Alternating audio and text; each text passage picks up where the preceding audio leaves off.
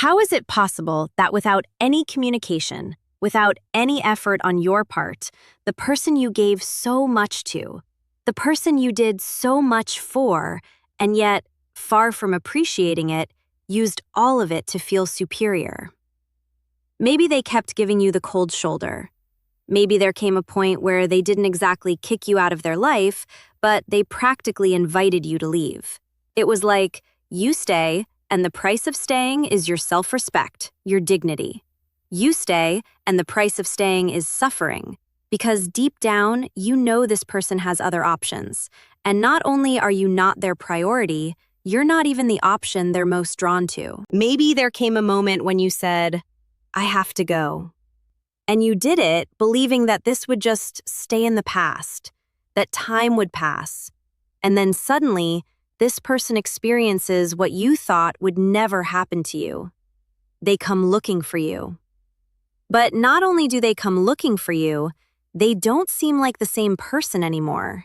I mean, the level of interest, the consideration, the way they talk to you, something seems to have changed, and you can feel it. You can almost sense it in their energy. This is someone who isn't approaching you the way they used to when you were still in contact, when they knew they had you. How is that possible? How can someone who doesn't value you end up missing you? And how can you tell if that person is actually missing you? Let me tell you something. This might sound too good to be true, a little magical, like grasping at castles in the air, but it isn't. And it can happen, as long as the work on our side has been done properly. I've mentioned this in other videos before. For me, this phenomenon, this shift, comes down to a mix of psychology and energy. That person doesn't actually miss the person they had and didn't value. No, they don't miss that person.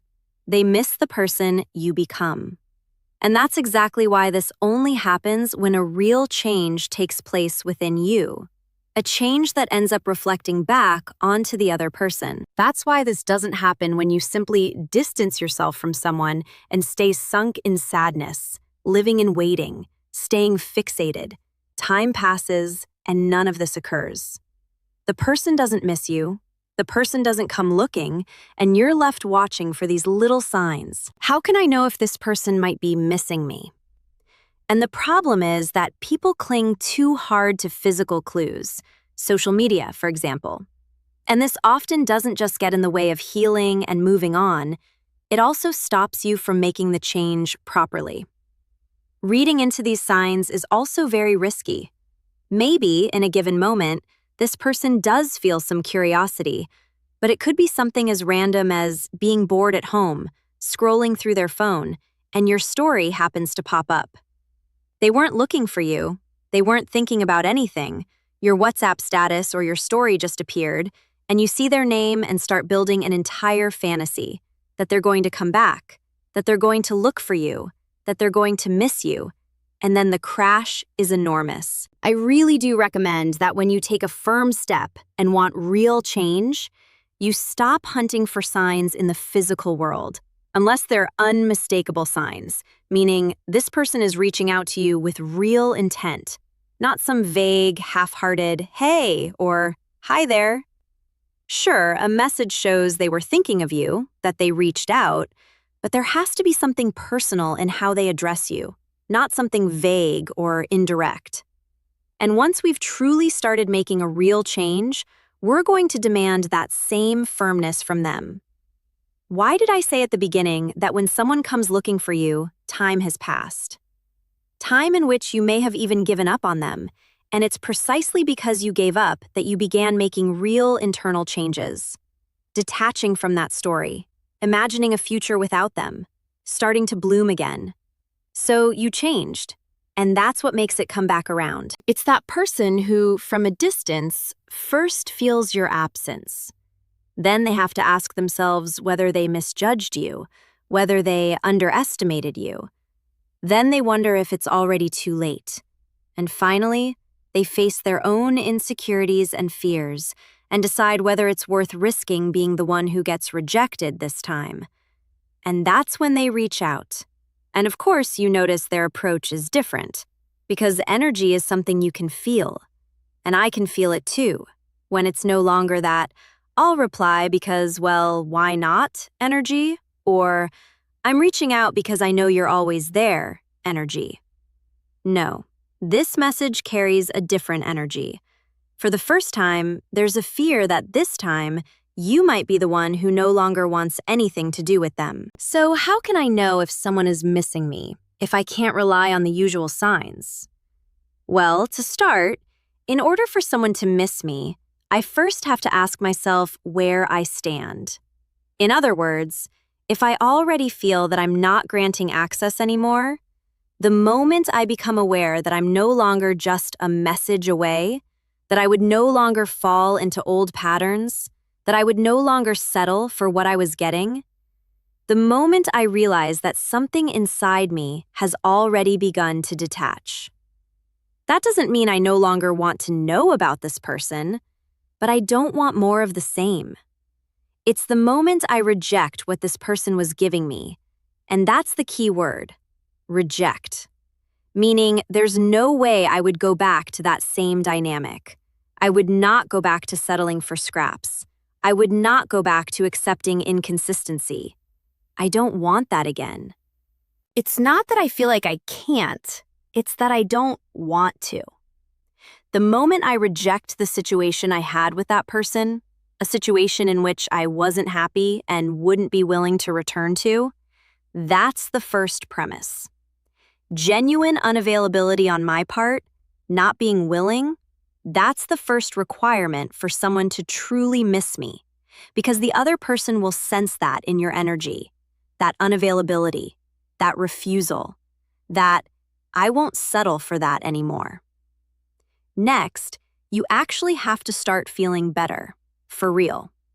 I mean, I'm not going to miss someone who, from a distance, keeps living for and through me if I never valued them while I had them close, and now I still have them close, only I don't see them, but I can feel it because we perceive each other's energy. On the other hand, when you truly step away and truly commit to the fact that what you had is no longer enough for you, that it's not what you want, that you wouldn't accept it again, and you start imagining a life without it, even a life where you feel you deserve better, and you start taking care of yourself again, and you start feeling better, and you're no longer waiting, no longer overthinking.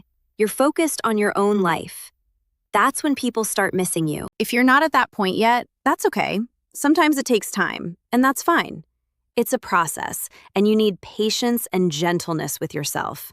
Because self-respect isn't about being harsh with yourself. Self-respect has nothing to do with beating yourself up, with thinking, how could I be so foolish? No. At some point, you can simply say, okay, this doesn't make me happy anymore. This hurts me. I'm stepping back. And from there, a process begins, one that takes its own time. And loving yourself also means understanding that it's okay. There's no race, no competition. It simply comes down to this.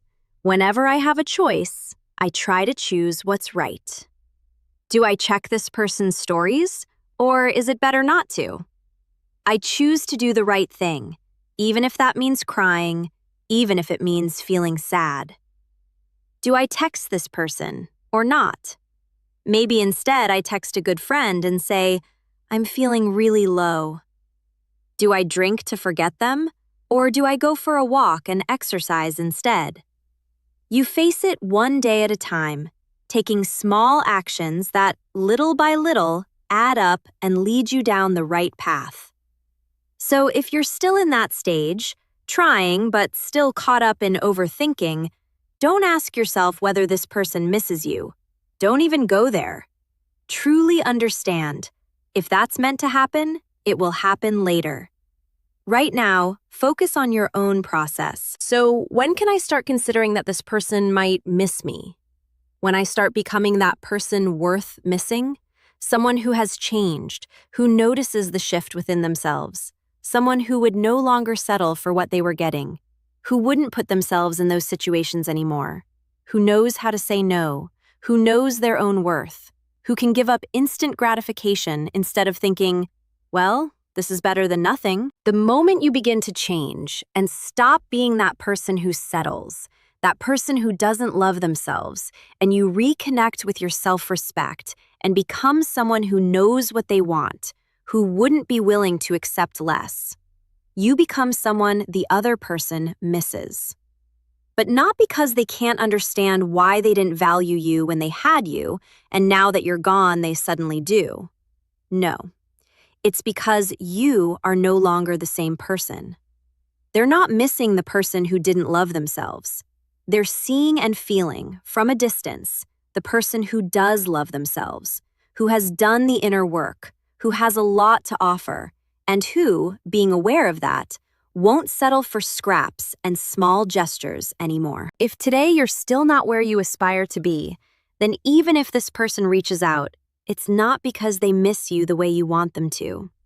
Even if they check your social media, even if they send a vague message, even if they test the waters to see if you want to meet up, that's curiosity, that's ego, that's reassurance. It's simply about making sure they still have control over you.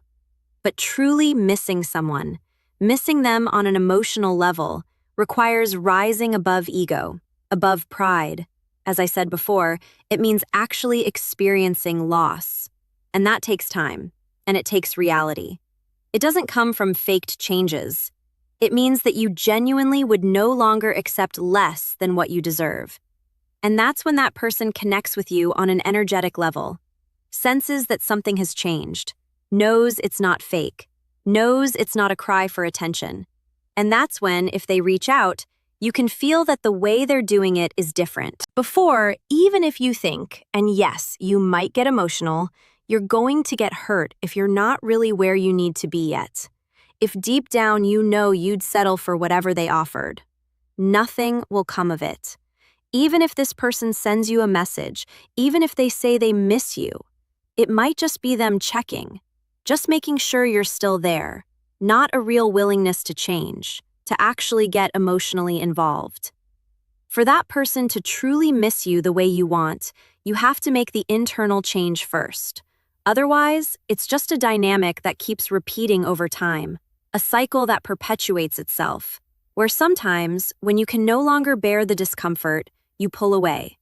And this person might pull you back in for a moment, but only for more of the same. So if you don't want more of the same, understand, it's not the same thing for someone to check in occasionally to reassure their own ego, to know they still have you, as it is for someone to truly realize they've lost you, to sense that you won't settle for the same thing anymore, and to confirm that when they reach out and see you're not reacting to their vague gestures, not responding to little hearts on your stories, when that person realizes they need to put in more effort, that's when they decide, this is worth it.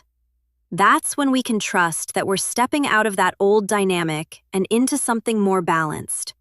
But if you haven't changed internally, if you're still putting that person on a pedestal, if you're still living, from a distance, for the day this person comes back to you, that person isn't missing you the way you truly want. Because things only change when they start changing inside us first. So, as you can see, even though it might sound paradoxical, the sooner you stop worrying about whether this person misses you or not, the sooner that day might actually come. But for that, you have to let go. You really have to stop waiting. Well, I hope this video was useful, that you enjoyed it. If so, and you're not subscribed to the channel yet, I invite you to do so. Hit the bell so we can see each other again soon. And until then, as always, I send you a huge hug.